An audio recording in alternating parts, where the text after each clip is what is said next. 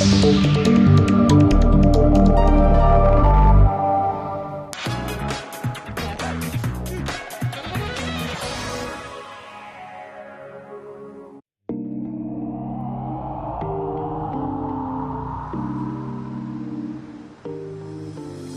skyline of Brussels.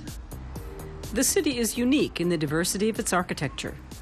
It's not uncommon to have ultra-modern constructions right next to Art Nouveau buildings from the 19th century. Just a few meters apart, you can find very different styles from very different eras. Architect William Froment turns derelict industrial buildings into designer lofts, like this former glassmaker's. We have an architectural heritage that shapes the city. This building shows very clearly the things you can do with this kind of heritage. This was an old warehouse.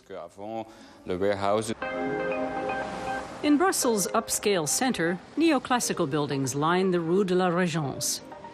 Among them, the royal museums, like the Museum of Ancient Art from 1885. And behind less spectacular facades, William Froment creates his modern treasures, lofts, with lots of light and steel. Those two elements were also key to the designs of local Art Nouveau architects more than a century ago. One famous example is this Paul Saint-Anois building from 1898.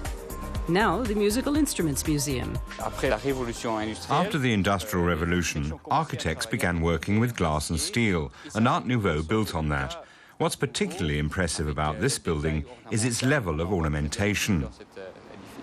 It was originally a department store, and the idea behind the design was to create a spectacular display window.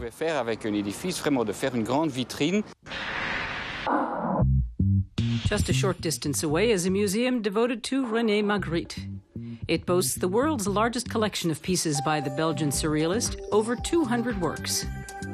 It was opened just last year, more than 40 years after the death of Belgium's best-known painter. Magritte started out in advertising and knew exactly what makes a picture special, what jumps out at you and causes confusion. In the elegant fin de siècle quarter, Ischel, Brussels shows its more luxurious side. Here, fine boutiques jostle with gourmet restaurants. As so often in the city, the customers are cosmopolitan. One of the city's top culinary addresses is the seafood restaurant Touquin-sur-Mer. I take only the best seafood. I know all my suppliers personally, whether they're French, Belgian, or Irish. We decide together which oysters, mussels, and snails we serve.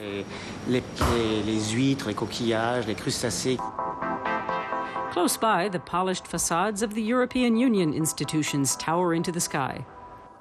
These office blocks have been gradually spreading since the 1950s. The old houses have had to make way for huge modernist edifices.